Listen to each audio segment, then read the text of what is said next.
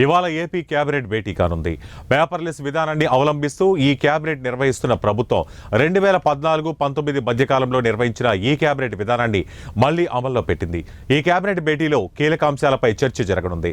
గత ప్రభుత్వ హయాంలో తీసుకువచ్చిన రివర్స్ టెండరింగ్ విధానాన్ని రద్దు చేయనున్న కేబినెట్ గతంలో అమల్లో ఉన్న సాంప్రదాయ టెండరింగ్ పద్ధతిని పునరుద్ధరణకు ఆమోదించనుంది.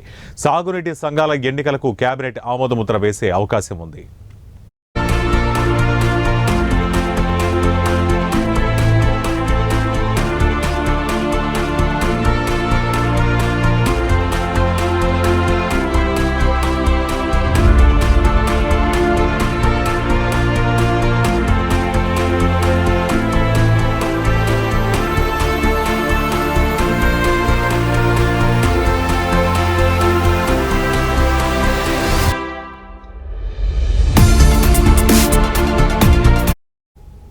పోలవరం ఎడమ ప్రధాన కాలువ సామర్థ్యాన్ని 6,000 క్యూసెక్కులకు పెంచుతూ గతంలో ఇచ్చిన టెండర్ నిబంధనలకు అనుగుణంగా పనులను అనుమతి ఇవ్వనుంది.